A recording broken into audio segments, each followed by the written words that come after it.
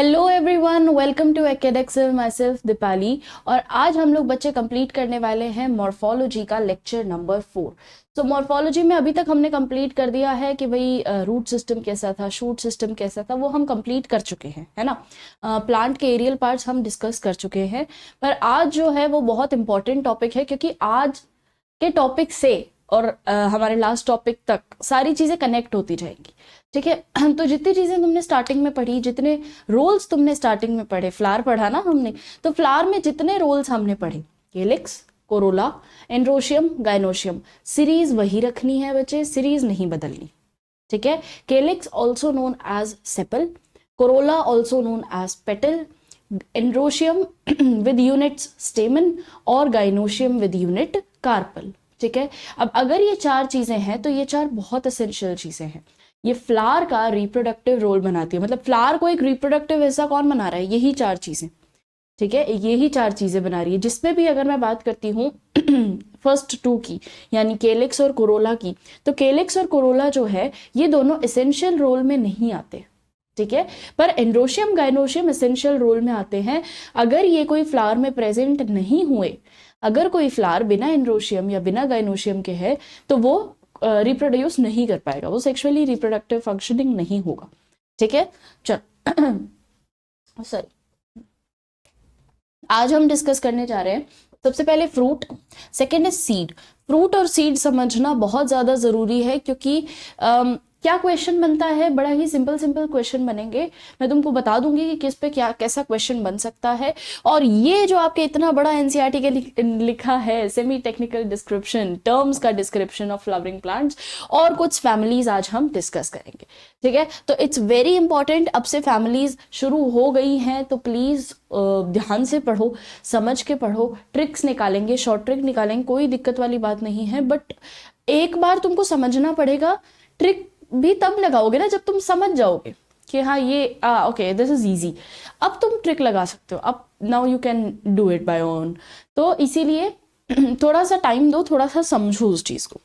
चलो फ्रूट की बात करते हैं सबसे पहले। तो फ्रूट क्या होता है बेटा? एक कैरेक्टरिस्टिक फीचर ऑफ, सिर्फ आपको किसमें दिखेगा fruit? It is the characteristic feature of flowering plants. Angiosperm का ये कैरेक्टरिस्टिक फीचर होता है फ्रूट।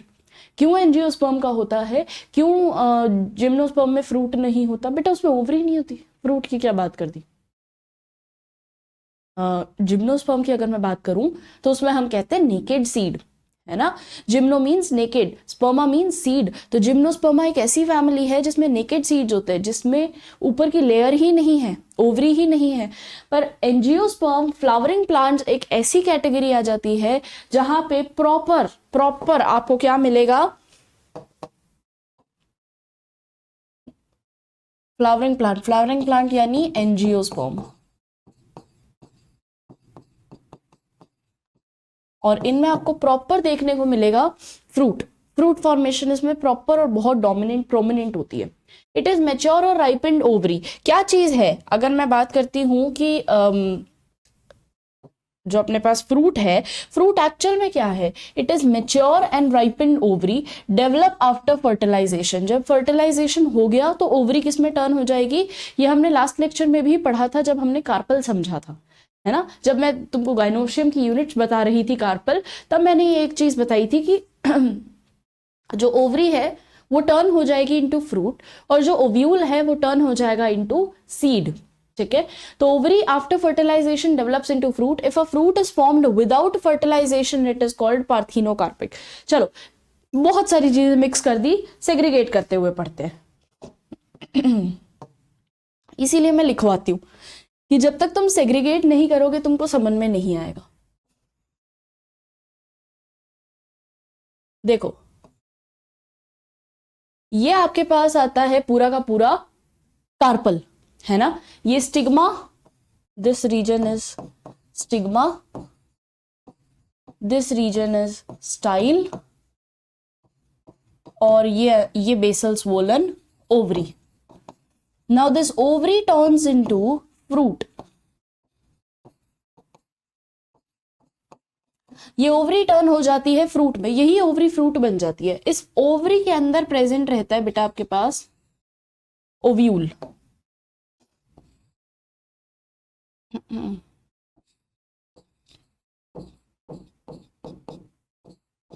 ओव्यूल के अंदर फीमेल गेमिटोफाइट, एग जहां फर्टिलाइजेशन होगा।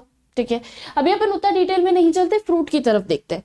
अब फ्रूट को अगर मैं outer most layer of fruit बोलूं, या फ्रूट को मैं ऐसे भी कह सकती हूं कि ये ओवरी की वॉल है, या ये जो ओवरी है ये फ्रूट वॉल है ना। जो ओवरी है वो फ्रूट वॉल है, और फ्रूट वॉल को एक नाम दे दिया जाता है पेरिकार्प। क्या बोल देंगे इसको हम?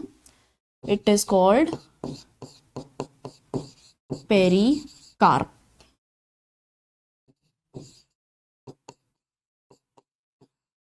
पेरिकार्प, पेरिकार्प क्या है? फ्रूट की लेयर है।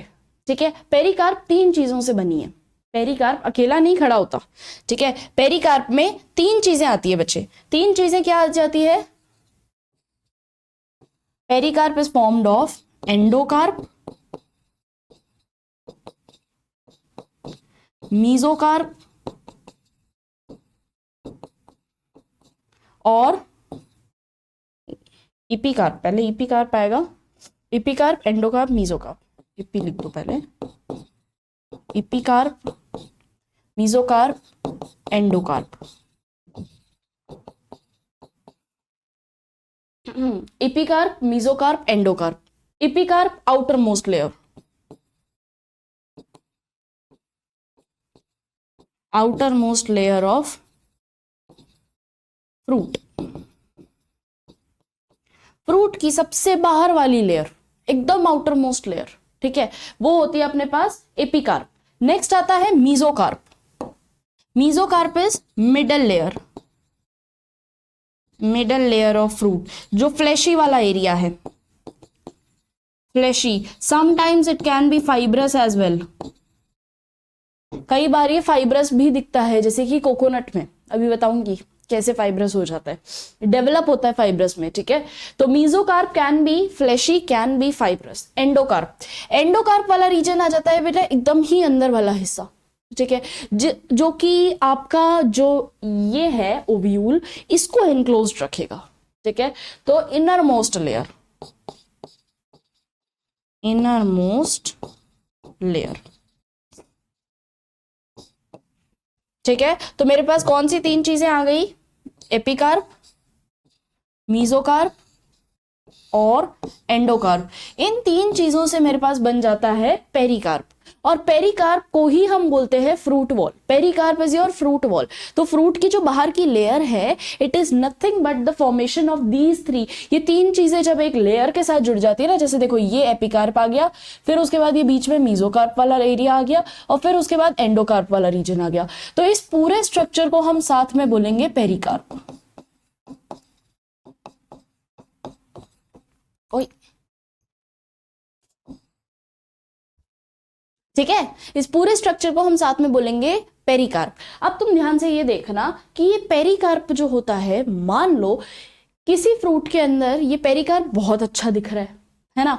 कुछ फ्रूट्स होंगे जिसमें पेरिकार्प बड़ा बेकार दिख रहा है। बेकार एज इन मिल गया, जैसे आउटर मोस्ट लेयर थी, इनर मोस्ट के साथ मिल गई, फ्यूजन, मतलब इतना इतना बेकार कॉम्बिनेशन तुमने कभी देखा नहीं होगा। ठीक है, इतना बेकार कॉम्बिनेशन कि वो जो एंडोकार्प होना था, जो एक्सोकार्प होना था, या मैं कह सकती हूँ एपिकार्प होना था, वो थोड़ा सा हार्ड कवरिंग होता है। भाई आउटर मोस्ट लेयर है ना।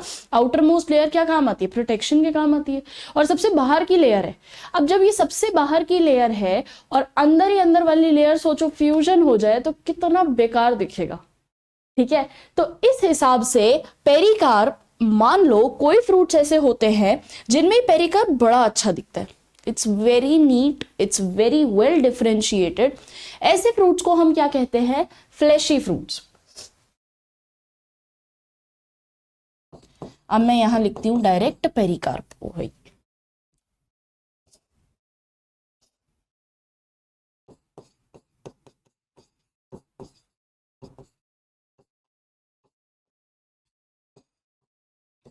अब अगर ये पेरिकार्प वेल डिफरेंशिएटेड हुआ,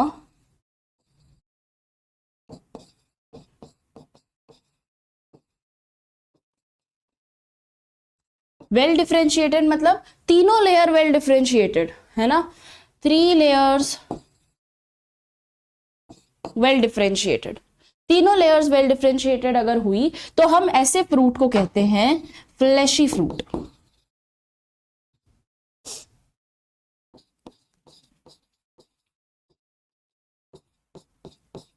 ऐसे फ्रूट को हम कहते हैं फ्लैशी फ्रूट, जो दिखता है अच्छा सही, हम खा भी सकते हैं उसको, क्योंकि हम मीजोकार्प वाला एरिया खाते हैं। ठीक है, जो फ्लैशी पल्पी हिस्सा होता है मुझसे ईटेबल फॉर्म वही होता है। और 3 लेयर अगर, if the 3 layer are not well distinguished, अगर ये 3 लेयर वेल डिस्टिंग्विश्ड है ही नहीं, वेल डिफरेंशिएटेड है ही नहीं, तो क्या हो जाएगा बच्चे, इस फ्रूट को हम कहेंगे dry fruit. Now this fruit is known as dry fruit. ठीक है, dry fruit, it's not your walnut cashew nut, वो नहीं। यहाँ पे ड्राई फ्रूट मतलब जिसका मीजोकार्प, एंडोकार्प और ये सारे कार्प्स जितने भी हैं, या पेरिकार्प जो है वो ढंग से वेल डिफरेंशिएटेड नहीं है। मैं एक एक लेयर नहीं हटा पा रही, सारे एक साथ मिल गए, सूख गया है फल पूरा तरीके से, तो उसका जो पल्पी रीजन है वो तो मुझे नजर नहीं आ रहा। जो आउटर मोस्ट लेयर है वो मतलब दिख तो रही है बट बड़ी मेसी दिख रही है ना, बड़ी मेसी दिख रही है, बड़ा मिला हुआ दिख रहा है सारी चीजें। तो अगर पेरिकार्प प्रेजेंट हुआ, अगर पेरिकार्प वेल डिफरेंशिएटेड हुआ, उसको हम कहेंगे फ्लैशी फ्रूट। अगर नॉन वेल डिफरेंशिएटेड हुआ तो उसको हम कहेंगे ड्राई फ्रूट। क्लियर है, बड़ी सिंपल सी बात है। और पेरिकार्प है क्या, एपिकार्प, मीजोकार्प, एंडोकार्प से बना है, सिंपल इजी। चलो अब बात करते हैं फ्रूट के डिफरेंट टाइप्स की। फ्रूट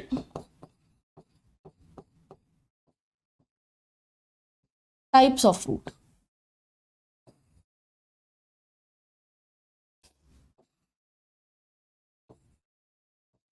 पहला फ्रूट का टाइप आ जाता है आपके पास true fruit.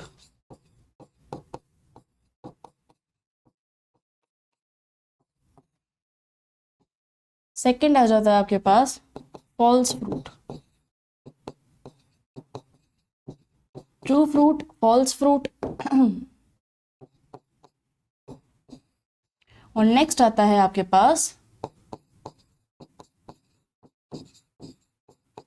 पार्थीनो कार्पिक fruit.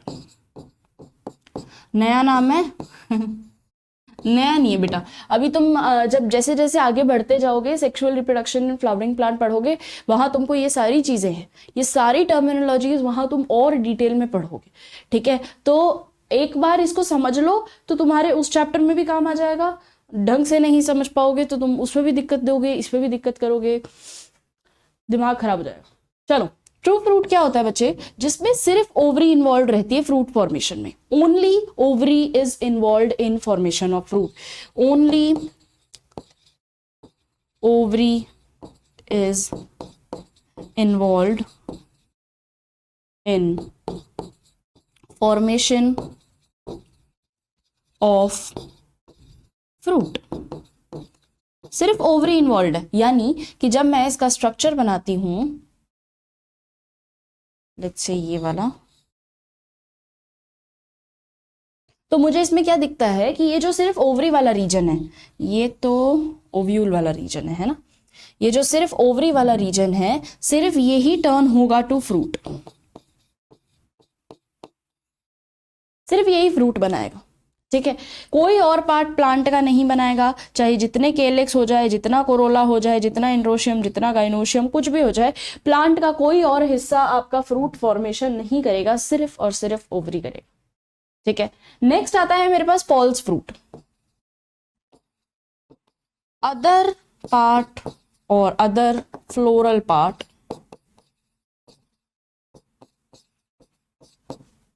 Involve formation of fruit. Other floral part are also involved in formation of fruit। यानी कि क्या हो गया कि देखो, ये तो तुम्हारा जो प्लांट का ओवरी वाला हिस्सा था ये तो एज इट इज है। इसके साथ अगर तुम्हें याद हो तो हमने इस तरीके का स्ट्रक्चर बनाया था थैलेमस वो फिर पेडिसल से कनेक्ट हो रहा था और इसके इस तरफ सेपल थे, है ना, ऊपर की तरफ पूरा एंड्रोशियम का रोल था, कुछ इस तरीके का स्ट्रक्चर था, है ना। तो फ्लावर में ओवरी ही मेन होता है जो फ्रूट बनाए, पर फॉल्स फ्रूट वो होते हैं जिनमें ओवरी के अलावा अदर फ्लोरल पार्ट्स भी इन्वॉल्व हो जाते हैं फ्रूट फॉर्मेशन में। जैसे कि फॉर एग्जांपल थैलेमस वाला रीजन, ये रीजन जो होता है दिस इज थैलेमस।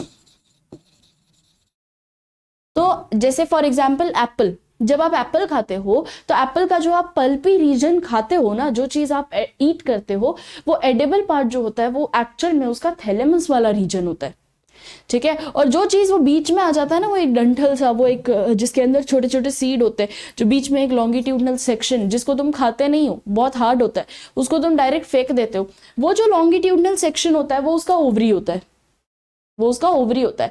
तो एग्जाम्पल क्या आता है इसके अंदर, बेस्ट एग्जाम्पल इसका होता है एप्पल। ऐसा ही तुमको सेम तरीका तुमको स्ट्रॉबेरी में मिलेगा, स्ट्रॉबेरी भी सेम पैटर्न को फॉलो करती है। Strawberry is not a true fruit, it's a false fruit. False fruit यानी कि आप जो रीजन उसका खा रहे हो, जो पल्पी हिस्सा आप उसका खा रहे हो, वो पल्पी हिस्सा थैलेमस है, वो पल्पी हिस्सा ओवरी नहीं है। पर अगर मैं ट्रू फ्रूट की बात करती हूं और ट्रू फ्रूट का एग्जाम्पल देखती हूं तो इसमें आ जाएगा mango. Mango is true fruit, है ना, क्योंकि जो बाहर वाला रीजन है जो सबसे, अब मैंगो देखो, मैंगो एक फ्लैशी फ्रूट का भी बहुत अच्छा एग्जाम्पल है। कैसे बताती हूँ, देखो आम को कभी ध्यान से देखना, बाहर तो उसके एक रीजन रहता है ना, बाहर जो लेयर है दैट इज उसका एपिकार, फिर उसके बाद अंदर आती है फ्लैशी लेयर, जो कि आप मस्त गर्मियों के सीजन में मस्त खाते हो। तो वो जो खा रहे हो तुम, वो फ्लैशी पार्ट जो है वो हो गया उसका मीजोकार्प, और लास्ट में अंदर आता है उसकी गुठली, है ना। अब उसकी जो गुठली होती है वो गुठली हम फेंक देते हैं, पर पता है एक्चुअल में क्या होता है, इट्स नॉट द सीड, वो एंडोकार्प है बच्चे, वो जो गुठली है वो एंडोकार्प है, सीड उस गुठली के अंदर है। वो सीड जो है, जो ओव्यूल प्रेजेंट होता है ना मैंगो के अंदर, वो उस गुठली के अंदर होता है। अब तुम देखो मैंगो कितना बढ़िया तरीके से डिफरेंशिएटेड है, एपिकार्प, मीजोकार्प, एंडोकार्प। मतलब उसका जो एंडोकार्प वाला रीजन है वो गुठली का आउटर मोस्ट लेयर है ना, वो भी थोड़ा सा फाइब्रस हो सकता है, एंडोकार्प भी थोड़ा सा फाइब्रस हो सकता है, मतलब थोड़ा थोड़ा रेशे दिखेंगे तुम्हें उस पर, है ना। कभी आम की गुठली देखना एकदम क्लीन करके, उस पर थोड़े थोड़े थोड़े थोड़े हेयर लाइक स्ट्रक्चर, रेशे रेशे दिखेंगे, वो चीज होती है। और उसके अंदर अगर तुम देखोगे तो उसको कभी तोड़ के देखना, उसके अंदर तुमको एक्चुअल में सीड मिलेगा, और वो मैंगो का सीड है। हम हमेशा ये सोचते हैं कि गुठली ही सीड है, गुठली सीड नहीं है, वो एंडोकार्प वाला रीजन है। एंडोकार्प के अंदर आपको प्रेजेंट रहेगा ओव्यूल, ये सीड, ठीक है। चलो, तो फॉल्स फ्रूट क्या हो जाएगा बेटा, other floral part. Floral part यानी ओवरी तो है ही, पर ओवरी इन्वॉल्व नहीं होती फ्रूट फॉर्मेशन में, इन्वॉल्वमेंट होता है दूसरे कोई भी फ्लोरल पार्ट का, जैसे कि थैलेमस का इन्वॉल्वमेंट, मोस्टली थैलेमस का इन्वॉल्वमेंट, ठीक है। नेक्स्ट आता है parthenocarpic, this is very new. Partheno मतलब होता है झूठ, नाटक करना, नाटक करना। इसने क्या किया, इसने फ्रूट फॉर्म्ड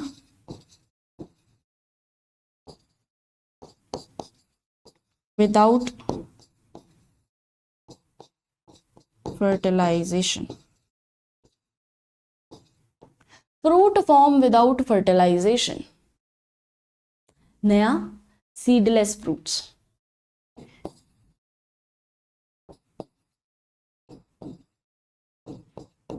होता क्या है, जैसे कि फॉर एग्जाम्पल भी अपन लिख देते हैं, एग्जाम्पल आ गया अपने पास banana, grapes, seedless grapes, seedless grapes. क्या होता है बच्चे, यहाँ पे अगर मैं पार्थिनोकार्पिक फ्रूट की बात करूं तो पार्थिनोकार्पिक फ्रूट ऐसा फ्रूट होता है जिसके अंदर आप देखते हो, मतलब इट्स अनफर्टिलाइज्ड ओव्यूल, है ना, अनफर्टिलाइज्ड फ्रूट। अनफर्टिलाइज्ड फ्रूट कैसे बनाएंगे, देखो हुआ क्या कि आप अगर कोई भी फ्रूट को certain temperature, certain condition, certain जो उनको उसको एनवायरमेंटल कंडीशन मिलनी थी, तुमने उसको वो दे दी, तुमने एक ऐसे फ्रूट, कोई भी फ्रूट को, जैसी उसको एनवायरमेंटल कंडीशन मिलनी थी, जो उसको ग्रोथ हार्मोन्स यूज होने थे, जितने उसको, जैसे ऑक्सिन हो गया, ग्लिबरेंस हो गया, साइटोकिनिन हो गया, जितने उसको हॉर्मोन्स चाहिए थे तुमने उसको वो प्रोवाइड कर दिए। जितने तुमने सब चीजें एक्सटर्नल की, ठीक है, तुमने सारी चीजें एक्सटर्नल की, तो ऐसा माहौल बना दिया कि ओवरी जो है उसको लगा कि यार ये तो सही है, फ्रूट बनने का समय आ गया, पोस्ट फर्टिलाइजेशनल इवेंट होने वाला है, तो वो ओवरी जो है टर्न हो जाती है इनटू फ्रूट। बट फर्टिलाइजेशन वहां हुआ ही नहीं, फ्रूट बन तो गया पर fruit is formed without fertilization, fertilization ही नहीं हुआ। हमने पागल बनाया, हमने मिमिक किया है ना, पार्थिनोकार्पिक मतलब मिमिक्री करना कि हाँ ऐसा बन सकता है। तो ओवरी बेचारी, ओवरी को क्या पता था, उसने देखा कि यार इन्वायरमेंटल कंडीशंस तो वही बैठ रही है जैसा पोस्ट फर्टिलाइजेशन इवेंट में होता है, तो हो गया होगा फर्टिलाइजेशन, मुझे नहीं बताया होगा किसी ने, हो गया होगा फर्टिलाइजेशन, मैं तो फ्रूट में टर्न हो जाती हूँ, तो वो टर्न हो जाता है इनटू फ्रूट। तो ovary is turn into fruit but the ovule is not form, seed अभी भी नहीं है, तो दीज आर सीडलेस फ्रूट्स। ये फ्रूट्स तो हैं पर ये फ्रूट्स में सीड नहीं है, क्योंकि ओवरी जो है वो बेचारी किसी के इन्फ्लुएंस में आके उस मिमिक्री से डर के और वो फ्रूट में टर्न हो गई पर ओव्यूल नहीं बना, ठीक है, क्योंकि फर्टिलाइजेशन ही नहीं हुआ। पार्थिनोकार्पिक इज वेरी इंपॉर्टेंट, क्यों, क्योंकि आपके अभी यही आने वाला है। ट्रू फ्रूट फॉल्स फ्रूट का डिस्कशन होगा बट पार्थिनोकार्पिक फ्रूट के आने के ज्यादा चांसेस है। चलो अब रीड करते हैं इसको, क्या बोलते हैं हम। Okay, so if a fruit is formed without fertilization of ovary, it is called parthenocarpic fruit. Generally the fruit consists of the wall or pericarp.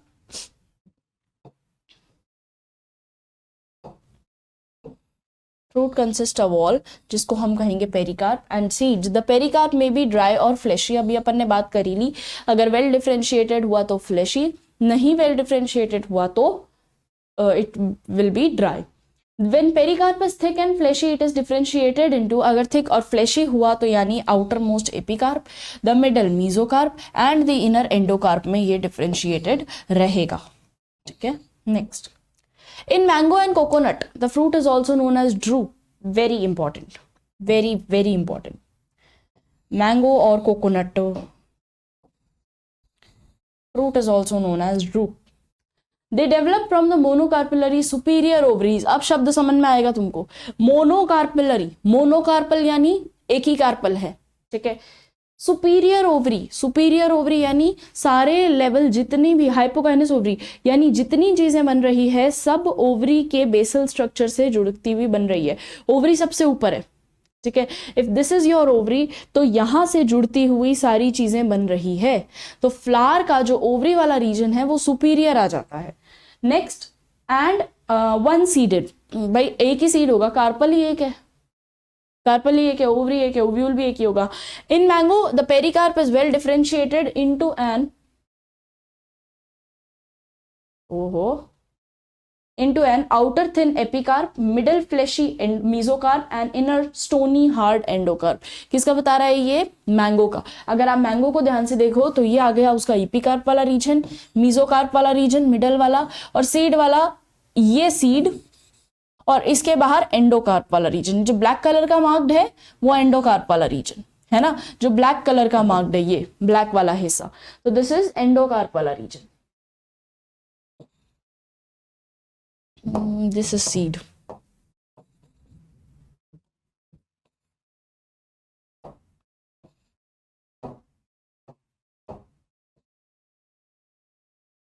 ठीक है, क्लियर है ये बात। चलो आगे देखते हैं। A coconut which is also a drupe, इसका मीजोकार्प फाइब्रस होता है। जो कोकोनट है ये भी एक ड्रूप है जिसका mesocarp is fibrous, fibrous mesocarp के साथ आता है बेटा। कोकोनट के अंदर अगर आप देखो तो जो ग्रीन वाला हिस्सा होता है वो उसका एंडोकार्प होता है ना, ये तो खोपरा वाला है। तुम नारियल जो पीते हो ना, नारियल पानी, तो नारियल वाला हिस्सा जो होता है वो ग्रीन वाला हिस्सा, दैट इज एपिकार्प, ठीक है। फिर उसके अंदर वाला जो रीजन, अगर वो उसकी लेयर में हटा दूं तो उसकी जो वो नारियल की ग्रीन वाली लेयर है, अगर मैं उसको हटा देती हूँ तो मेरे पास जो लेयर बचेगी वो लेयर को मैं कहूंगी मीजोकार्प। ठीक है। और मीजोकार्प थोड़े थोड़े टाइम बाद, मतलब काफी टाइम बाद अगर हम मीजोकार्प को देखें तो वो फाइब्रस हो जाती है। फाइब्रस यानी उस पर छोटे छोटे धागे रेशे रेशे होने लग जाते हैं, तो वो फाइब्रस हो जाती है। वो मीजोकार्प ही है पर वो फाइब्रस हो गई। फिर तुम उसको तोड़ते हो, पूजा वूजा के समय यूज करते हैं ना, फिर उसको निकाला जाता है, फिर उसको तोड़ा जाता है ना। जब उसको तोड़ते हैं तो अंदर निकलता है ये वाला कर्नल वाला हिस्सा, this is white fleshy part, this is endocarp, है ना। एंडोकार्प आ जाता है। और उसके भी अंदर अगर मैं बात करूं तो मैम इसका सीड कहाँ है? इसका सीड होता है बेटा पानी। पानी क्या होता है? इसका पूरा एंडोस्पर्म होता है। अगर हम नारियल का बहुत अच्छे से ओवरव्यू देखें तो नारियल जो है बड़ा ही अच्छा आपको एक पैटर्न दिखाता है। सबसे पहले तो ये वाला हिस्सा आ जाता है ना। सबसे पहले तो ये ग्रीन वाला रीजन आता है, इस तरीके से दिखता है ये। तो ये जो ग्रीन वाला रीजन होता है दिस इज एपिकार्प। फिर मैं इसको तोड़ दूंगी तो मेरे पास ब्राउन कलर का हिस्सा आ जाएगा ऐसा। और ये बहुत ज्यादा फ्लैशी क्या, ये बहुत ज्यादा फाइब्रस रहेगा, कुछ इस तरीके से दिखता है। ये बहुत धागे धागे रेशे रेशे रहते हैं इस पे, थिन थिन थिन हेयर। तो इसको हम कहेंगे मीजोकार्प वाला रीजन। तो ये वाला जो रीजन होता है इसको हम कहते हैं मीजोकार्प। और ये मीजोकार्प को जब आप ब्रेक करते हो तो अंदर आपको कुछ इस तरीके का स्ट्रक्चर मिलता है।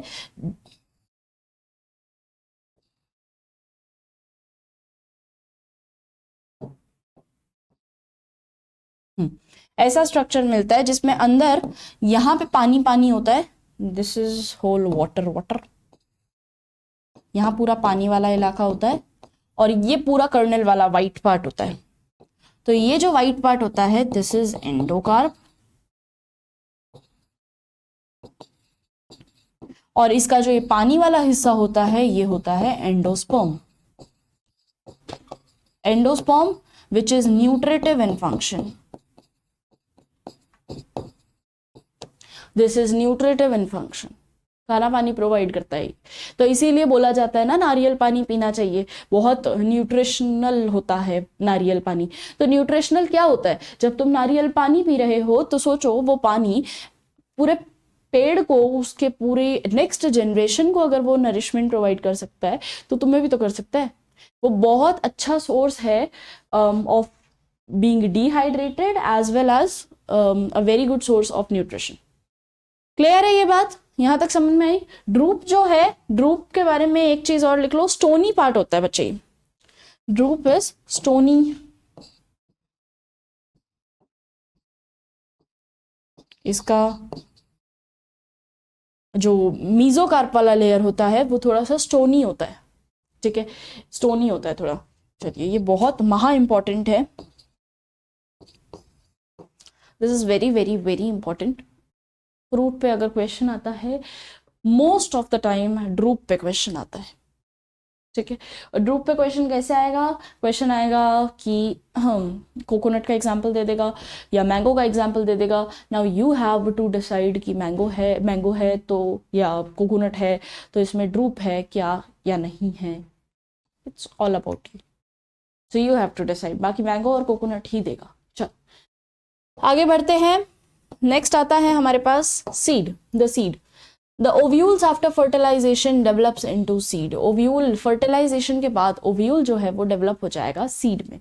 तो जहां तक अभी हम बना रहे थे ओवरी, अब वो बन जाएगा, अब वो टर्न होगा दिस। अब फ्रूट में बदल चुका है, अब बारी आ जाती है इस ओव्यूल की। This is ovule. अभी कई कई बच्चे ऐसे बोलेंगे कि मैम ये क्या बना दिया, पहले तो आप सिर्फ सर्कल बना रहे थे तो भाई अब आप सुंदर भी तो बनाना पड़ेगा। पहले सिर्फ सर्कल से काम चल रहा था, अब नहीं चल रहा, मुझे सुंदर बनाना पड़ेगा उसको, है ना। चल, तो a seed is made up of a seed coat and embryo. The embryo is made of radical embryonal axis. सब एकदम कंसाइज्ड। एनसीईआरटी का मतलब है कि भाई एनसीईआरटी ने बस नाम लिख दिया, अब बताओ, समझाते रहो, समझते रहो। चलो ओव्यूल का स्ट्रक्चर देखते हैं।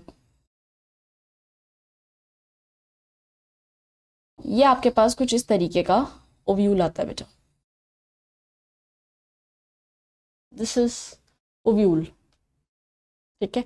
ऐसा उल्टा लगा हुआ होता है, ऐसा मुड़ा हुआ रहता है, ओव्यूल है। Again sexual reproduction in flowering plants में हम इसको और डिटेल में पढ़ेंगे, अभी जितना इसमें आ रहा है उतना समझ लो, ठीक है। अगर ये ओव्यूल है तो ओव्यूल के बाहर वाले हिस्से को हम कहते हैं integuments, this is called integuments.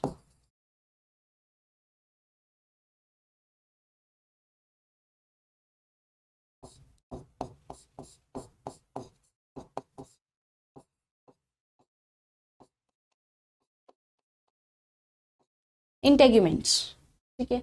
Integuments मतलब जो सीड कोट बनाएगा। इंटेग्यूमेंट्स एक आउटर प्रोटेक्टिव कवरिंग है, आउटर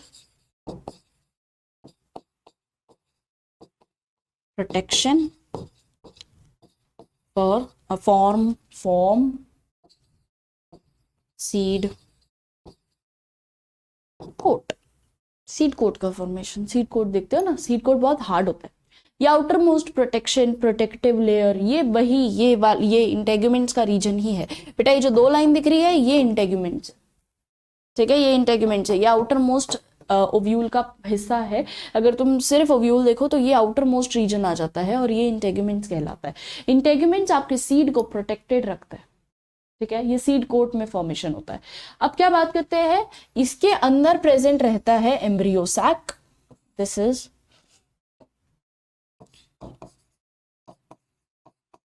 एम्ब्रियो सैक। इसी में ही एंडोस्पर्म भी फॉर्म होता है, इतना डिटेल में अपन ने नहीं जाना। तो अपन तो साफ ये देखते हैं कि सीड जब टर्न होता है तो ये दो पार्ट्स में हम इसको डिवाइड कर सकते हैं। एक नॉर्मल सीड को it is differentiated into two types, यहां बन जाएगा, बन जाना चाहिए, डाइकॉट, मोनोकॉट।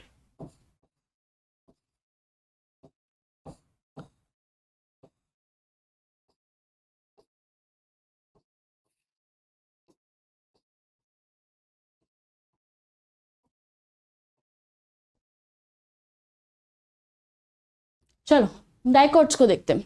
डाइकोट क्या होता है, डाइकोटिलेडन, डी आई मतलब टू, कॉट मतलब कॉटिलेडन।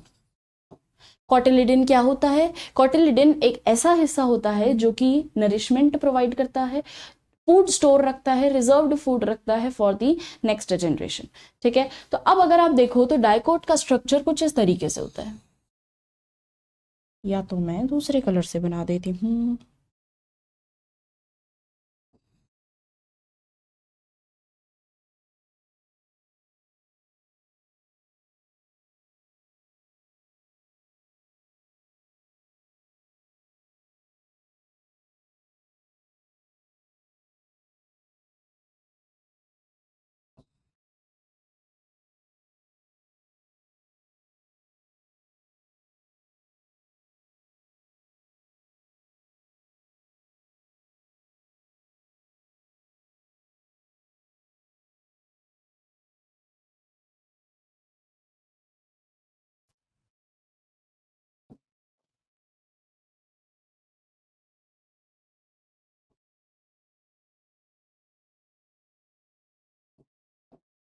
आप कभी है ना कोई सीड को तोड़ के देखोगे ना तो सबसे बेस्ट क्या बोलते हैं उसको, बीन्स होते हैं ना, बीन, जो एक चना चना चना चना कहते हैं उसको, जो चना होता है वो चने को कभी तोड़ के देखना, ठीक है। ऐसे तो वो बड़ा सा ऐसा दिखेगा, कैसा, उसकी फोटोग्राफ भी है अपने पास, इस तरीके का ऐसा दिखेगा वो चना, है ना। पर तुम इसको जब तोड़ के देखोगे ना तो तुमको कुछ इस तरीके का स्ट्रक्चर मिलेगा, ये हिस्से ऐसे टूट जाएंगे, ठीक है। तो ये जब ऐसे टूटेगा तो उसका हिस्सा क्या होगा, इसको अपन लेबल कर रहे हैं, तो ये चीज है अपने पास। तो हमने क्या किया, वही चने के दाने को अपन ने तोड़ दिया, तो जब जैसे ही तुम उसको दो हिस्सों में तोड़ोगे वो ऐसा दिखेगा, ठीक है। अब ऐसा दिखने का मतलब क्या है कि इसके अंदर आएंगी मार्किंग, सबसे आउटर मोस्ट लेयर जो इसकी होती है उसको हम कहते हैं टेस्टा। इनर मोस्ट लेयर होती है, इनर लेयर, इसको हम कहते हैं टेगमेंट।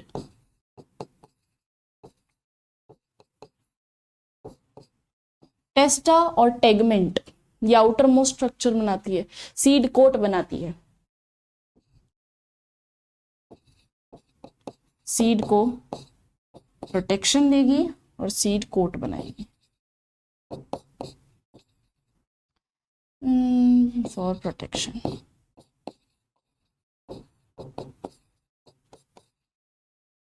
ठीक है, टेस्टा और tegmen, seed protection, seed coat formation. ठीक है, टेस्टा आउटर मोस्ट लेयर है, टेगमेंट इनर लेयर है। अगला आता है इसके अंदर वाले स्ट्रक्चर्स की। अगर मैं बात करूं तो क्या होता है कि जब सीड जर्मिनेट करता है ना तो उस टाइम पे ये बंद रहता है ना। और जब तुम इसको देखते हो कि ये जब हम सॉइल में डाल देते हैं एक नया पौधा निकल आता है, एक नया पेड़ निकल आता है। तो वो कैसे निकल आ रहा है बच्चे? क्योंकि यहाँ पे ये ऊपर वाला हिस्सा मैंने ग्रीन कलर का इसीलिए मार्क किया है क्योंकि ये वाला जो रीजन होता है ये आता है आपके पास प्लिम्यूल वाला रीजन, जो फ्यूचर शूट बनाएगा। ठीक है, और सेम गोज विथ ये वाला जो रीजन है, this forms your radical region, जो फ्यूचर रूट बनाएगा। ये शूट बनाता है और ये रूट बनाएगा। सिंपल है। अब बीच वाला जो दो स्ट्रक्चर है, ये जो बीच में एरिया आ रहा है, बीच वाले दोनों स्ट्रक्चर्स होते हैं बेटा कॉटिलेडन। बोला है ना डाइकॉट, ये कॉटिलेडन्स, दो कॉटिलेडन्स है। तो हुआ क्या कि एक मेरे पास बीच में एम्ब्रियोनल एक्सिस रहती है, ये एम्ब्रियोनल एक्सिस, इसको भी चाहो तो मार्क कर लो, this is your embryonal axis.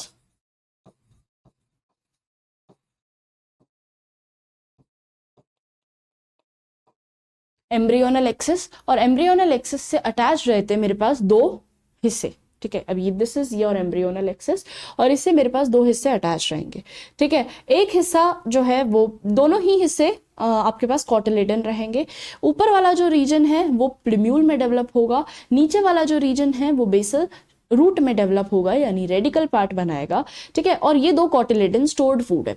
इसको जैसे ही मैं बंद कर दूंगी तो ये मेरे पास एक पूरा का पूरा हिस्सा किसका आ जाएगा, ये पूरा बन गया मेरे पास एक चने का दाना। ठीक है, इसको अगर मैं खोल दूंगी तो ये कैसा बन जाएगा मेरे पास, कुछ इस तरीके का दिखेगा। ठीक, ये आपके पास स्ट्रक्चर आता है डाइकोट का। अब बात करते हैं मोनोकोट। मोनो मतलब वन, तो यहां कॉटिलेडन कितना है, वन।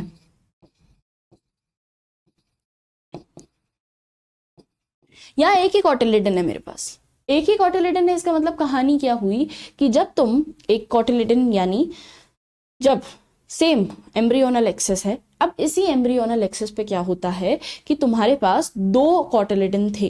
ठीक है, पर मोनोकॉट्स ऐसे अडेप्टेड रहते हैं कि वो ये बोलते हैं कि एक कॉटिलेडन का सारा नरिशमेंट मैं देना चाहता हूं पहले ही कॉटिलेडन को। ठीक है, दो कॉटिलेडन थे, एक कॉटिलेडन कह देता है कि मेरा पूरा नरिशमेंट मैं देना चाहता हूं इसको, पूरा नरिशमेंट में देना चाहता हूं पहले वाले कॉटिलेडन को। तो पहले वाले कॉटिलेडन को दे देता है पूरा नरिशमेंट, और ये cotyledon as a protective shield इस कॉटिलेडन को प्रोटेक्ट कर लेता है। तो थे यहाँ पे भी दो ही, पर यहाँ एडेप्टेशन हो गया। और किस तरीके का एडेप्टेशन हो गया कि एक कॉटिलेडन ने कंप्लीटली रिड्यूस होकर अपना सारा का सारा खाना किसको दे दिया, दूसरे कॉटिलेडन को, और ये इतना भर चुका है कि ये एज अ शील्ड इसके ऊपर आ गया।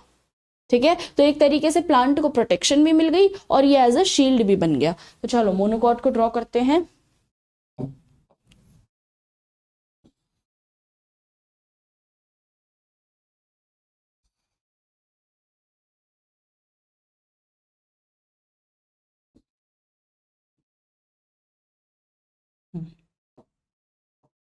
ये आपके पास जो हिस्सा आता है, दिस इज स्क्यूटेलम, ये एक कॉटिलेडन है, दिस इज वन कॉटिलेडन, ये वाला। ठीक है, ये एज अ शील्ड ऊपर की तरफ बन गया। ठीक है, ये ऊपर की तरफ ऐसा शील्ड बन गया। ये वाला जो रीजन है बेटा, ये प्लिम्यूल वाला रीजन है, और नीचे वाला जो रीजन है वो रेडिकल वाला रीजन है। अब रेडिकल वाले रीजन को जो प्रोटेक्ट करता है उसको हम कहते हैं कोलियोराइजा, और शूट वाले रीजन को जो प्रोटेक्ट करता है उसको हम कहते हैं सीलियोपेटाइल।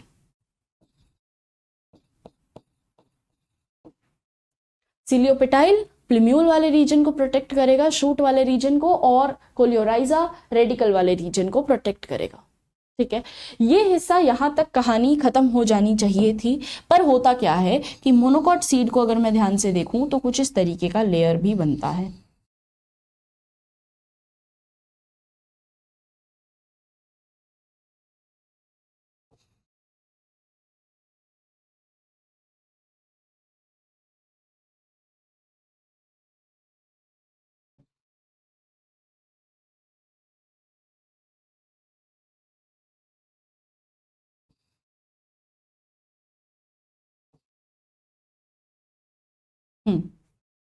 और इसको हम कहते हैं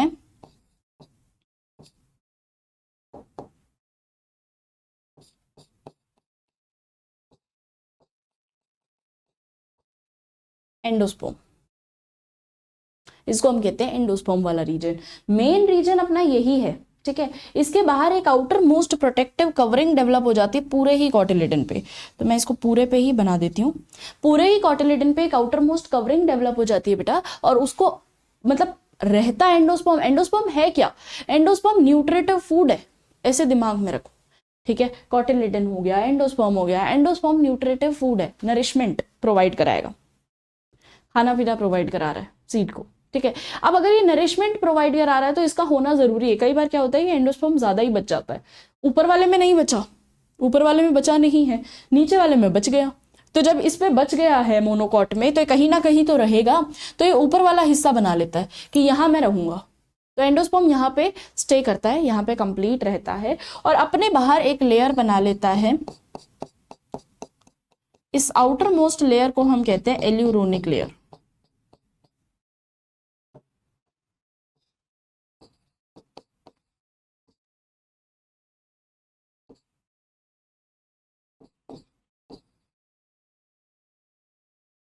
ठीक है, तो ये आउटर मोस्ट लेयर को हम कहते हैं एल्यूरोनिक लेयर, जो कि अगेन न्यूट्रिटिव है, सपोर्टिव है, मतलब रिच इन प्रोटीन है। तो ये आपका सपोर्ट भी करेगी, ये प्रोटेक्शन भी करेगी, ये हर काम करेगी।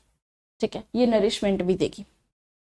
ठीक, क्लियर है बात। ये आपके पास आ जाता है मोनोकॉटिलिडन का स्ट्रक्चर, वो आ जाता है डाइकोटिलिडन का स्ट्रक्चर। सीड दो पार्ट्स में डिवाइडेड है बेटा आपके पास। तो सीड हो गया अपने पास डाइकोट और monocot depending on the cotyledons. अब तुम इसको पढ़ो तो तुम्हें समझ में आएगा क्या बोलना चाह रहा है। चलो, तो ovules after fertilization develop into seed. A seed is made of seed coat and a embryo.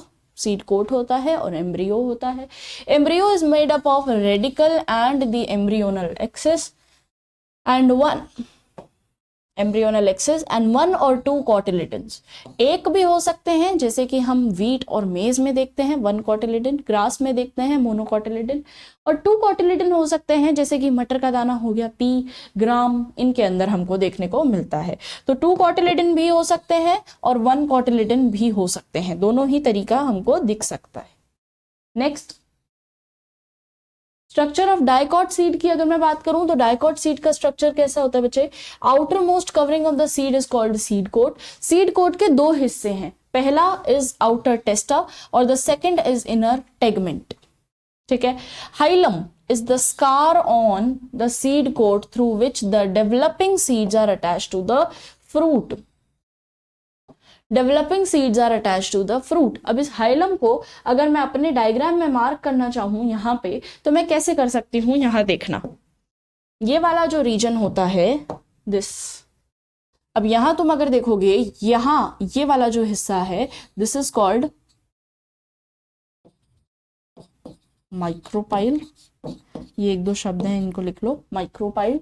ठीक है, और ये वाला जो हिस्सा है जहां से ये फ्यूनिकल, माइक्रोपाइल को नीचे लिखना, हाँ, ये वाला जो हिस्सा पहले अपन हाइलम को मार्क कर देते हैं। जब फ्यूनिकल पूरे ओव्यूल से अटैच रहता है, इस रीजन को हम कहते हैं हाइलम।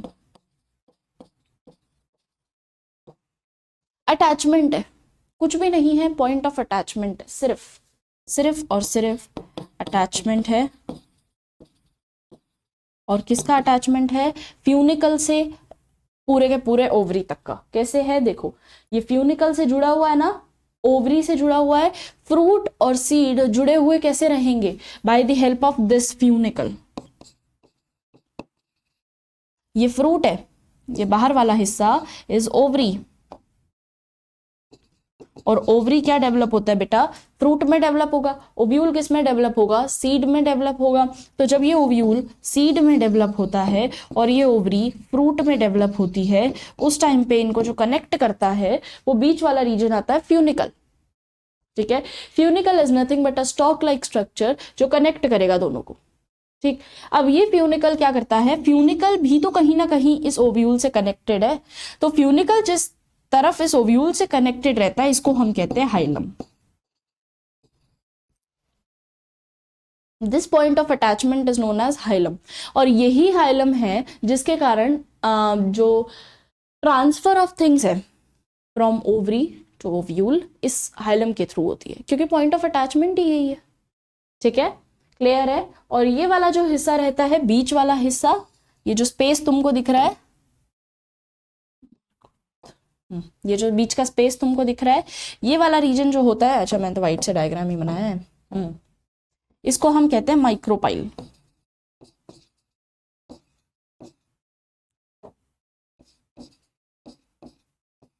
माइक्रोपाइल ये वाला एक छोटा सा स्ट्रक्ट होल, एक छोटा सा होल। और काम क्या कर रहा है ये, कि अंदर बाहर पानी का एक्सचेंज करना है, खाने का नरिशमेंट अंदर पहुंचाना है, बाहर लेके आना है, जो भी एक्सचेंज ऑफ चीजें हैं वो सब होगा इस माइक्रोपाइलर एंड से, ये माइक्रोपाइल से। ये जो बीच पे छोटा सा एक जगह है ना, मैंने पूरा बंद नहीं किया है, सरफेस मैंने पूरा का पूरा बंद नहीं किया, छोटा सा एक जगह ओपनिंग रखी है, ये ओपनिंग से सारा exchange of material, exchange of gases, exchange of substances होता है।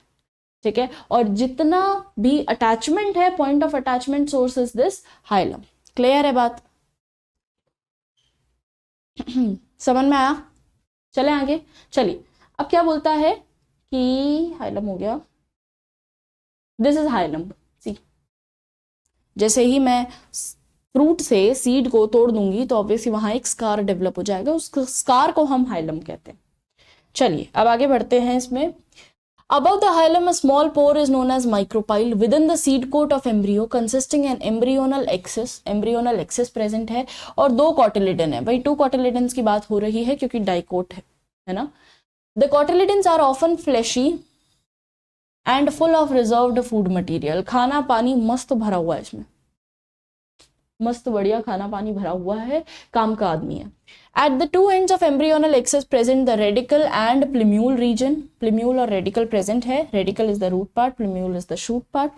In some seeds such as castor, the endosperm is formed as the result of double fertilization। तो endosperm हुआ क्या बेटा आपका, endosperm is the food storing tissue and is called endospermic seed। अब देखो seed को दो और कैटेगरीज में डिवाइड कर दिया। एंडोस्पर्म क्या होता है, एंडोस्पर्म रिजर्व्ड फूड मटेरियल होता है। ठीक है, what is endosperm,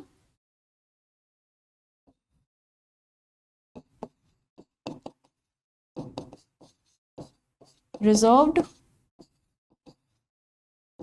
food material, reserved food material. ठीक है, अब अगर मैं सीड को एक और हिस्से में डिवाइड करूं on the basis of endosperm,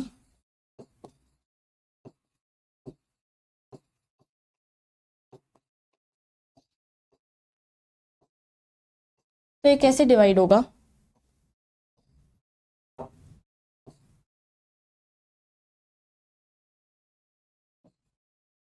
कई सीड्स होंगे जिनके अंदर एंडोस्पर्म प्रेजेंट होगा, यानी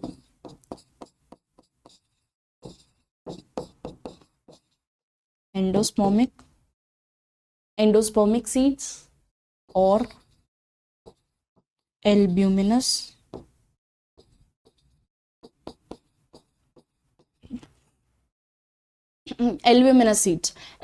सीड्स यानी एंडोस्पर्म इज प्रेजेंट, एंडोस्पर्म मस्त प्रेजेंट है। Endosperm is the nutritive tissue. This is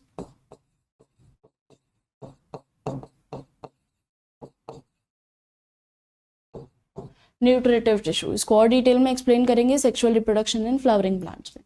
अभी इतना याद रखो, न्यूट्रिटिव टिश्यू है तो सारा का सारा खाना पानी किसको देगा? जाइगोट को, डेवलपिंग जाइगोट को, ठीक है। एंडोस्पर्मिक, और यहां आ जाएगा नॉन एंडोस्पर्मिक, नॉन एंडोस्पर्मिक और एक्स एल्ब्यूमिनस, ठीक है। एक्स एल्ब्यूमिनस मतलब यहां पे endosperm is present, endosperm is absent. अब देखो, सीड दो पार्ट्स में और डिवाइडेड रहता है on the basis of endosperm. Seed को हमने कितना कितना डिवाइड किया है भाई? On the basis of cotyledon पहले देख लिया, on the basis of endosperm अभी देख लिया। यहां लिख लेना on the basis of cotyledons.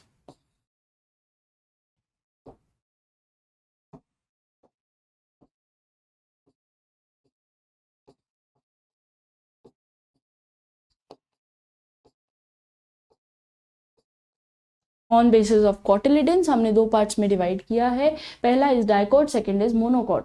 और on the basis of endosperm हम दो पार्ट्स में डिवाइड करते हैं, एंडोस्पर्मिक एल्ब्यूमिनस और नॉन एंडोस्पर्मिक या एक्स एल्ब्यूमिनस, जिस पे एंडोस्पर्म प्रेजेंट है। कई बार क्या होता है कि जब फ्रूट बन जाता है ना, सॉरी सीड जब पूरा बन जाता है तो उस टाइम पे उसके पास एंडोस्पर्म रहता ही नहीं है, प्रेजेंट ही नहीं रहता। तो यानी सारा का सारा जाइगोट ने एंडोस्पर्म ले लिया है ना, एंडोस्पर्म सारा का सारा जाइगोट ने अपने अंदर सारा का सारा फिल करता गया, वो तो कंप्लीट अंदर ले लिया है। इसका मतलब अब वहां पे एंडोस्पर्म बचेगा ही नहीं, तो नो एंडोस्पर्म इज प्रेजेंट, ठीक है।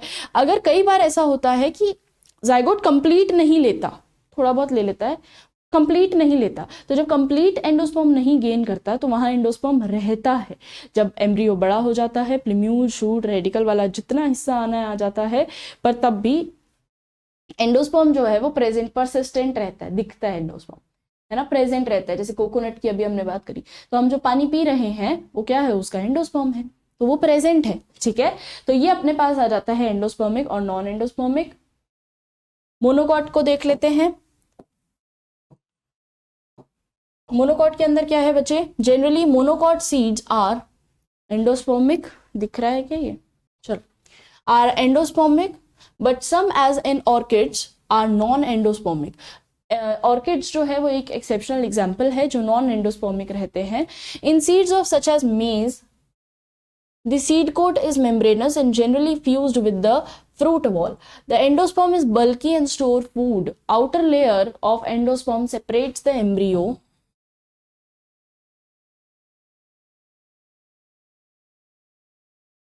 by proteinaceous layer called aleurone layer. The embryo is small and situated at the groove of endosperm. It consists of large shield cotyledon. One large shield cotyledon, जिसको हम क्या कहते हैं बच्चे? Scutellum. अभी जो जो चीजें लिखवाई है वही पढ़ रहे हैं हम।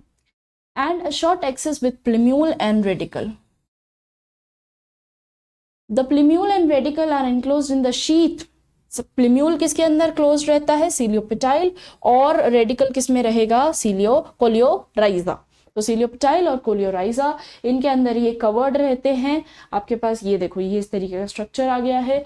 तो ये एंडोस्पर्म वाला एरिया है ना, this is endosperm, reserved food material. Scutellum, ये आउटर, ये वाली जो शीथ वाला रीजन है, दिस इज स्क्यूटेलम। तो ये स्क्यूटेलम प्रोटेक्टिव होता है, एक ही कॉटिलेडन होता है। फिर उसके बाद सीलियोपेटाइल जो प्लिम्यूल इज फ्यूचर शूट और उसको प्रोटेक्ट करेगा, और radical is your future root और उसको प्रोटेक्ट करने के लिए आपके पास रहता है कोलियोराइजा। क्लियर है? अब अगर बात करूं मैं इसकी लेयर की, तो ये जो ऐसे ऐसे लेयर बना रखी है, this is your aleurone layer, very important. Done? समझ में आ गई बात? चलो बच्चे, तो अब अभी हमने सीड कंप्लीट कर लिया है और अब हम बढ़ते हैं फैमिलीज की तरफ।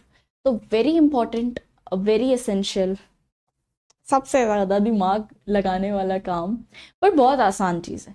ठीक है, अगर जल्दी पढ़ लोगे तो समझ में आ जाएगी चीज़, नहीं पढ़ोगे तो नहीं आएगी। एनसीईआरटी की रीडिंग मैं 1 सेकेंड बाद लगाऊंगी, पहले हम जो सीरीज वाइज मैंने लिखवाया है उसको देख लेते हैं, फिर एनसीईआरटी को रेफर करेंगे। ठीक है, तो एनसीईआरटी की रीडिंग हम 1 सेकेंड बाद लगाएंगे। चलो, तो पहले देखते हैं इसके फीचर्स की। अगर हम बात करें,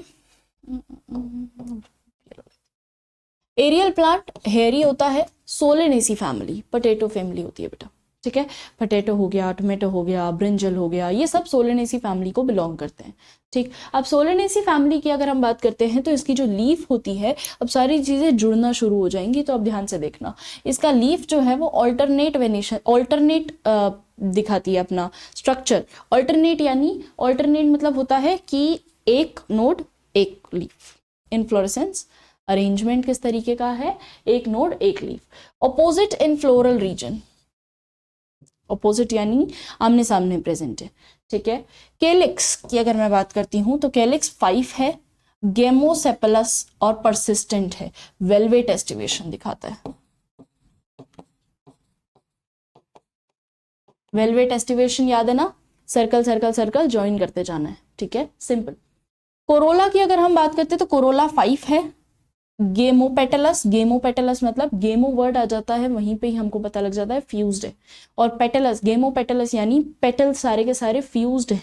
ठीक है, फिर उसके बाद देखो, स्टेमन्स आर पॉलीएंड्रस, पॉलीएंड्रस मतलब कि स्टेमन अलग अलग है पर उनका सबका जो फिलामेंट वाला रीजन है वो फ्यूज्ड है। एंड एपीपेटलस यानी कार्पल और कोरोला और स्टेमन ये दोनों फ्यूज्ड होंगे, एंड्रोशियम और ये फ्यूज्ड होंगे। नेक्स्ट गाइनोशियम, बाइकार्पलरी है बच्चे, और सिनकार्पस है। सिनकार्पस ओवरी यानी अगेन जो ओवरी है वो भी सिन मतलब फ्यूजन, तो फ्यूज हुई हुई है। Ovary is superior and syncarpous. Okay, placentation is exile placentation है विद सोलन प्लेसेंटा। चलो इसको बनाते हैं। First is your placentation, exile placentation है यानी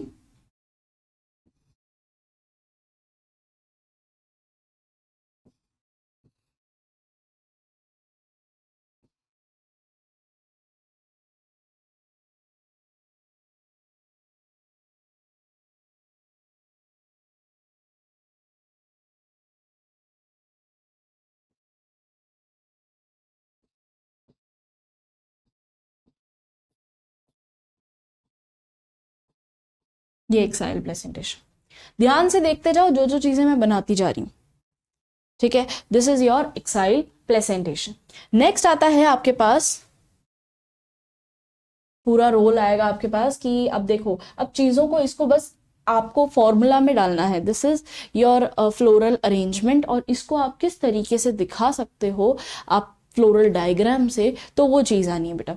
तो सबसे पहले अपन ने क्या किया, प्रेजेंटेशन बना दिया, ओवरी किस तरीके से प्रेजेंट है। ठीक है, अब हम आगे देखते हैं कि कोरोला और केलिक्स पे आ जाओ। तो केलिक्स हमारे पास 5 है, गेमोपेटलस है। उससे पहले कोरोला बना लेते हैं, जल्दी बन जाएगा। ये कोरोला, वेलवेट एस्टिवेशन है कोरोला का भी। 5 पेटल्स है, सर्कल सही है, 1 2 3 4 5। ठीक है, थोड़ा सा बड़ा कर देते हैं यहां से, ये ठीक है। ओके ओके, ठीक। अब पेटल्स जब भी होते हैं तो हम उसको हाफ सेमी सर्कल से डिनोट करते हैं, कुछ नहीं है, सुंदर दिखाने का तरीका है बस। एक काम करो, तुम ऐसे बनाओ,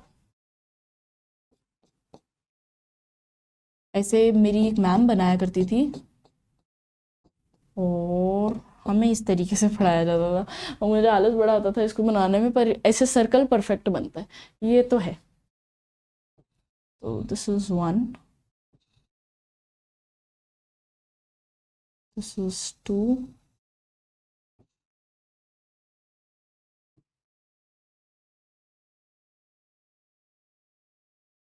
3,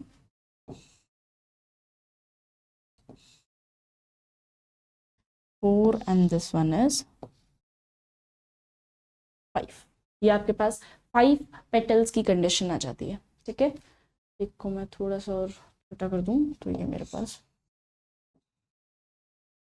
और बेटा याद ये रखना कि है ना, तुमको थोड़ा सा सेमी सर्कल बनाना है, इसके कवरिंग जो है ना थोड़ा सेमी सर्कल रखना, पॉइंटेड मत रखना। पॉइंटेड रखोगे तो दिक्कत हो जाएगा क्योंकि वो सेपल के लिए होता है। ठीक है, तो थोड़ा इसमें कर्विंग ही रखिएगा, दिस कर्विंग ही रहेगी। ओके, फिर उसके बाद क्या बोलता है कि एंथर की अगर मैं बात करूं तो स्टेमन एंड्रोशियम ही है ना, तो एंड्रोशियम और कोरोला फ्यूज्ड है, तो ये अपना पेटल वाला रीजन है, और इस पेटल से एंथर जो है वो फ्यूज्ड है। और कितने एंथर है? पॉलीएंड्रस है। और ओके, तो एंथर जो है वो इस पेटल से फ्यूज्ड है। तो ध्यान से देखो, पेटल से फ्यूज्ड अगर मैं एंथर बताती हूं तो मतलब एंथर में मेरे पास कितने आएंगे? 5, 1 2 3 और ये 4 5। ये क्या बनाया मैंने? क्या नहीं, कुछ भी नहीं बनाया है। डबल वो है एंथर, 2 बाइलोब्ड एंथर, और फिलामेंट के साथ बाइलोब्ड एंथर अटैच्ड है पेटल के साथ। एपीपेटलस कंडीशन बताइए ना तुमने, एपीपेटलस कंडीशन इस तरीके से बनती है बच्चे, फ्यूजन। ठीक है, नेक्स्ट आता है आपके पास केलेक्स वाला रीजन। चलो केलेक्स बनाते हैं, थोड़ा सा लाइट ग्रीन ले लेती हूँ। कैलिक्स कैसे बनता है? कितना है कैलिक्स? 5 है। चलो 5 बना दो, 1 2 3 4 5। ठीक है, अगेन वेलवेट एस्टिवेशन है, पर अब इसको दिखाने के लिए हम क्या यूज करेंगे बच्चे? ऐसा ये पॉइंट।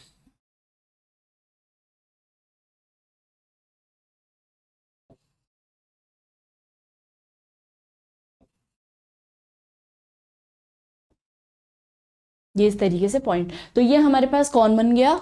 सोलेनेसी फैमिली का फ्लोरल डायग्राम। कैसे बना है? सबसे पहले एक बार वापस देख लो।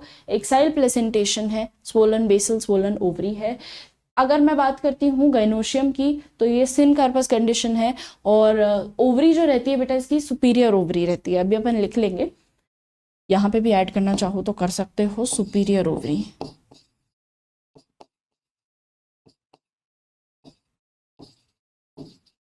क्योंकि ये अपने को फ्लोरल फॉर्मूला में काम आएगा, है ना। सुपीरियर ओवरी है, सुपीरियर ओवरी यानी हाइपोगाइनस कंडीशन है। हाइपोगाइनस कंडीशन यानी कि सारी जितने भी रोल्स एक्स्ट्रा निकल रहे हैं वो सब ओवरी के बेस से निकल रहे हैं।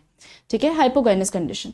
तो देखो क्या बनता है ये, अब पूरा फ्लोरल फॉर्मूला चिटिंग ये तुम्हारे सामने आ गया, पूरा फ्लोरल फॉर्मूला तुम्हारे सामने है। अब अपन भी बना सकते हैं इस फ्लोरल फॉर्मूले को। किस तरीके से? देखो, सबसे पहले तो फ्लावर जो होता है ये फ्लावर एक्टिनोमॉर्फिक होता है। कुछ कुछ एडिशनल पॉइंट्स जो शायद इसमें स्किप हुए हैं वो आप लोग लिख सकते हो। फ्लावर इज एक्टिनोमॉर्फिक,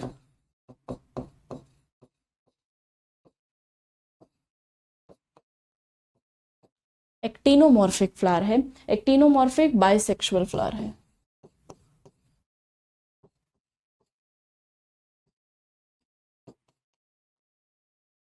ठीक है, एक्टिनोमॉर्फिक है, बाइसेक्सुअल। एक्टिनोमॉर्फिक मतलब रेडियली सिमेट्रिकल है, बाइसेक्सुअल मतलब कि दोनों मेल गैमीट भी है, फीमेल गैमीट भी है। ये बाइसेक्सुअलिटी का मार्क होता है। ठीक है, इस तरीके से हम बाइसेक्सुअल को रिप्रेजेंट करते हैं। अब सोलेनेसी फैमिली की अगर मैं बात करती हूँ तो इसके, क्योंकि हम पूरी फैमिली को काउंट कर रहे हैं, मैं सिर्फ पोटैटो को नहीं देख रही, मैं सोलेनेसी फैमिली की पूरी फैमिली की बात कर रही हूँ। तो इसमें क्या दिखता है आपको कि कई बार केलिक्स जो रहेगा वो फ्यूज्ड रहता है। केलिक्स जो रहता है वेलवेट एस्टिवेशन के साथ, केलिक्स प्लस कोरोला भी फ्यूज्ड रहता है। ये तो गेमोपेटलस लिख ही रखा है, इसमें भी गेमोसेपेलस लिखा है ना। हाँ, तो ये जो गेमो वर्ड है, ये गेमो वर्ड है। गेमो मतलब फ्यूजन, तो हमने यहाँ फ्यूजन तो दिखाया ही नहीं, तो अब यहाँ फ्यूजन दिखाओ। फ्यूजन कैसे दिखाते हैं बेटा? एक ऐसा, ये इस तरीके से एक बेंड से, दिस इज फ्यूजन।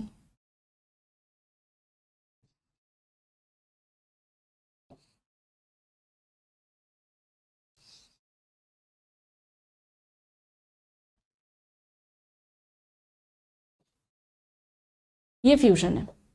ठीक है, तो आपके पास सेपल भी फ्यूज्ड है, आपके पास केलेक्स भी फ्यूज्ड है। तो चलो, आई मीन केलेक्स और कोरोला। चलो पहले लिखते हैं केलेक्स। कितने हैं केलेक्स? 5। फ्यूजन के लिए बताया था ब्रैकेट लगाना होता है ना। गेमो पेटलस कंडीशन, गेमोसेपलस कंडीशन, तो सेपलस के लिए, गेमो के लिए क्या करेंगे हम, ब्रैकेट लगा देंगे, फ्यूजन, ठीक है। फिर आता है कोरोला। कोरोला भी कितने हैं आपके पास, कितने हैं, 5, अगेन फ्यूज्ड है, कोरोला फ्यूज्ड है। अब बात करते हैं एंड्रोशियम की। एंड्रोशियम यानी स्टेमन। स्टेमन क्या है आपके पास, कितने हैं स्टेमन, आपने कितने बनाए, 5 बनाए। और आप ये देख रहे हो कि यहां एक कंडीशन आ रही है इपीपेटलस की। इपीपेटलस यानी कि पेटल और एंड्रोशियम दोनों के दोनों क्या हैं बच्चे, फ्यूज्ड हैं। और इसके लिए हमने एक इस तरीके का साइन लगाया था। अगर याद नहीं है तो पहले के लेक्चर्स देखो और फिर उसके बाद लास्ट लेक्चर देखना। स्टार्टिंग अगर तुम लास्ट लेक्चर से कर रहे हो बच्चे तो तुम्हें नहीं समझ में आने वाला, क्योंकि ये सारे टर्म्स अब जुड़ना शुरू हो रहे हैं, ठीक है। अभी तक हमने जितना किया है वो हमने एक एक टर्मिनोलॉजी पढ़ी है। Now they are all combining. अगर तुम्हें नहीं पता लगेगा कि वेलवेट एस्टिवेशन क्या होता है तो पहले का लेक्चर देखना पड़ेगा। वेलवेट मतलब एकदम कॉर्नर कॉर्नर जॉइंट रहेंगे सिर्फ, देयर इज नो ट्विस्टिंग, ठीक है। तो यहां ध्यान रखो, अगर अभी मैं बोल रही हूं कि इपीपेटलस कंडीशन है यानी पेटल और एंड्रोशियम साथ में जुड़े हुए हैं, सिंपल, यहां पे कनेक्शन आ रहा है मेरे पास, ठीक है, यहां पे कनेक्शन आ रहा है। नेक्स्ट देखो, अब आ जाता है गाइनोशियम। गाइनोशियम जो होता है इसका सिन कार्पस बाइकार्पलरी सुपीरियर ओवरी की कंडीशन है। सुपीरियर ओवरी के नीचे हम इस तरीके से अंडरलाइन लगा देते हैं, ओवरी सुपीरियर है, इसका मतलब कि जितने रोल्स हैं सब इसके नीचे से निकलेंगे, सब बेसल से निकलेंगे। तो ये सुपीरियर ओवरी। एक्साइल प्लेसेंटेशन है और 2 बाइकार्पलरी है, बाइकार्पलरी है, सिन कार्पस है, कार्पल्स आपस में फ्यूज्ड हैं, अगेन ब्रैकेट, सिन कार्पस कंडीशन। ये हमारे पास आ जाता है इसका फ्लोरल फॉर्मूला, और ये आ जाता है आपके पास फ्लोरल डायग्राम। अब इतना डिटेल में पढ़ने की जरूरत नहीं है, जितनी चीजें लिखी है समझ लो, पॉइंट वाइज इसीलिए बता रही हूं क्योंकि तुम्हारे अब फैमिलीज ऐड हो चुकी है, ठीक है। सिर्फ सोलेनेसी ही नहीं है, मालवेसी आएगी और 4 फैमिलीज और एक्स्ट्रा ऐड हुई हैं, तो सारी फैमिलीज को हम इसी तरीके से पढ़ने वाले हैं। चलो पहले देख लो, ये रहा। Solanaceae is large family commonly called as potato family. It is widely distributed in tropic, subtropic and even the temperate zone के अंदर पूरी तरीके से फैला हुआ है। अगर हम स्टेम की बात करें तो हर्बेशियस स्टेम है, रेयरली वुडी रहती है, इरेक्ट रहती है, सिलेंड्रिकल, ब्रांच्ड, ठीक है, सॉलिड, हॉलो, हेयरी स्ट्रक्चर रहता है, ये हमने देख लिया है, ठीक है। अंडरग्राउंड स्टेम रहता है पोटैटो के अंदर, ये हम देख चुके हैं जब हम स्टेम का मॉडिफिकेशन देखते हैं, उस टाइम पे हमने ये चीज को भी डिस्कस किया था कि जो हम खाते हैं आलू, वो आलू एक्चुअल में क्या है, अंडरग्राउंड स्टेम का एग्जाम्पल है। नेक्स्ट लीफ की अगर बात करते हैं तो alternate leaf, simple leaf, pinnately compound leaf आ जाती है बच्चे, ठीक है। और again aestivation, venation, reticulate, aestivation नहीं sorry, venation, reticulate, venation.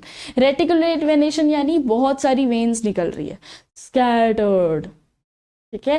Parallel venation यानी सीधा सा रेस, यहाँ स्कैटरिंग है, तो अपने पास रेटिकुलेट वेनेशन आता है। कुछ इस तरीके से कुछ इस तरीके का स्ट्रक्चर रहता है। अब देखो ये स्ट्रक्चर आपका फ्लोरल फॉर्मूला, और इसी फ्लोरल फॉर्मूला से क्वेश्चंस उठते हैं, यही फ्लोरल फॉर्मूला है जिसपे से क्वेश्चंस बनते हैं। तो प्लीज इसको ध्यान में रखें, प्लीज इसको याद रखें। और क्वेश्चन कैसे बनाएगा वो ये भी बता देती हूँ कि पोटैटो के अंदर आपको फ्लोरल डायग्राम दिखा देगा, डायग्राम दिखाने के बाद बोलेगा कि ये कौन सा फ्लोरल या कौन सी फैमिली को बिलोंग करता है, और नीचे देगा ऑप्शन एग्जाम्पल। एग्जाम्पल यानी कुछ भी दे सकता है वो, एक सोलेनेसी का मेंबर दे, जैसे कि पोटैटो दे दिया, चाइना रोज दे दिया, ब्रासिकेसी का कुछ भी ले लो, पत्ता गोभी ले लो, ऐसा 2-3 एग्जाम्पल दे दिए। अब तुम उस पे से क्या टिक करोगे, तुमको दिमाग लगाना है। तुम्हारे पास चाइना रोज है, तुम्हारे पास पोटैटो है, तुम्हारे पास चिली है, तुम्हारे पास लिली है, तो अब तुम चारों में से क्या टिक करोगे, फर्स्ट पोटैटो। क्यों पोटैटो? क्योंकि वही सोलेनेसी का मेंबर है और उसी का ये फ्लोरल डायग्राम होता है। ठीक है, तो ध्यान रख के काम करो, दिमाग लगा के काम करो। इसीलिए मैं फ्लोरल जितने भी फॉर्मूलाज होंगे आगे नेक्स्ट फैमिलीज में, उसको हम इसी तरीके से डिस्कस करेंगे ताकि एक शॉर्ट डिस्क्रिप्शन बन जाए, उसका अपन फ्लोरल चार्ट बनाएंगे। ठीक है, चल फ्रूट की अगर हम बात करते हैं तो फ्रूट इसमें बेरी होता है या कैप्सूल, बेरी की फॉर्म में फ्रूट होता है, कैप्सूल्ड फ्रूट होता है। ये वापस आ गया फ्रूट। ओके, सीड की बात करते हैं, एंडोस्पर्मिक यानी endosperm is present, endosperm is nutritive और एंडोस्पर्म प्रेजेंट रहता है। ठीक है, अच्छा ये क्या लिखा है मैम आगे, ये एक्स्ट्रा आ गया है, इसको हम कहते हैं bracteate. It can B bracteate और ई ब्रैक्टिएट, तो तुम सिर्फ लिखो ब्रैक्ट। क्या है ये आपके पास? ब्रैक्ट। अब क्या होता है, सोलेनेसी ब्रैक्टिएट हो भी सकती है, नहीं भी हो सकती, depending on different types of flowers. Bract हो भी सकते हैं, नहीं भी हो सकते, तो दोनों ही चीजें होती है। तो हम कॉमनली अगर सोलेनेसी फैमिली को देखें तो हम दोनों लिख देते हैं।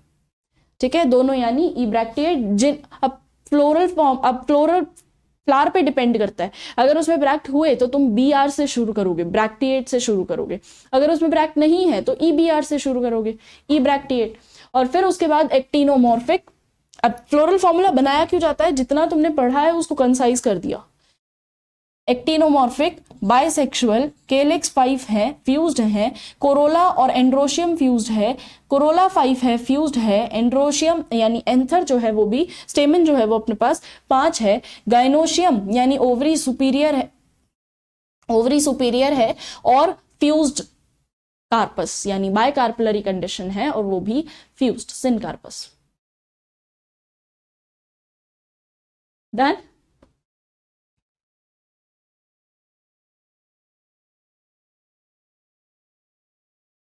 ये रहा potato family floral diagram. Floral diagram वही उसी का था अपन ने जो अभी देखा था एनसीईआरटी का, सेम। चलो इकोनॉमिक इंपॉर्टेंस की बात करते हैं। फूड यील्डिंग प्लांट्स, भाई तुम खाते पीते हो, एडिबल प्लांट, एडिबल होते हैं ना ये प्लांट्स। आलू खाते हो, टमाटर खाते हो, ब्रिंजल खाते हो, बैंगन खाते नहीं हो, तो ये जितनी चीजें तुम खा रहे हो तो ये एडिबल है।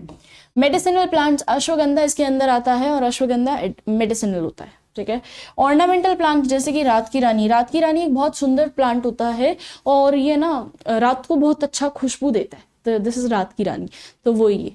ठीक है, क्लियर है? अब हम नेक्स्ट क्लास के अंदर पढ़ेंगे बच्चे और different types of families, start करेंगे मालवेसी से। अगला लेक्चर जरूर देखिएगा क्योंकि पहले का जितना आप लोगों ने देखा है, now they will be connecting families पे क्वेश्चन बनेगा। अगला लेक्चर मैं पूरा फैमिलीज को ही डेडिकेट कर रही हूँ, तो प्लीज उसको ध्यान से देखिएगा। Okay everyone, bye bye, have a great day, take care.